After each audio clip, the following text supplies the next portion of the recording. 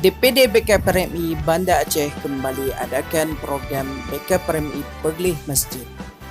Pada kesempatan kali ini, BKPRMI melakukan program tersebut di Kampung Atik Jawo, Kecamatan Baitur Rahman, Kota Banda Aceh. Komandan pelaksanaan ataupun Komandan Brigade Daerah BKPRMI Kota Banda Aceh, yaitu Muhammad Iqbal Asyari, mengatakan ini merupakan masjid atau musala yang ke-8 yang telah dilaksanakan untuk program tersebut.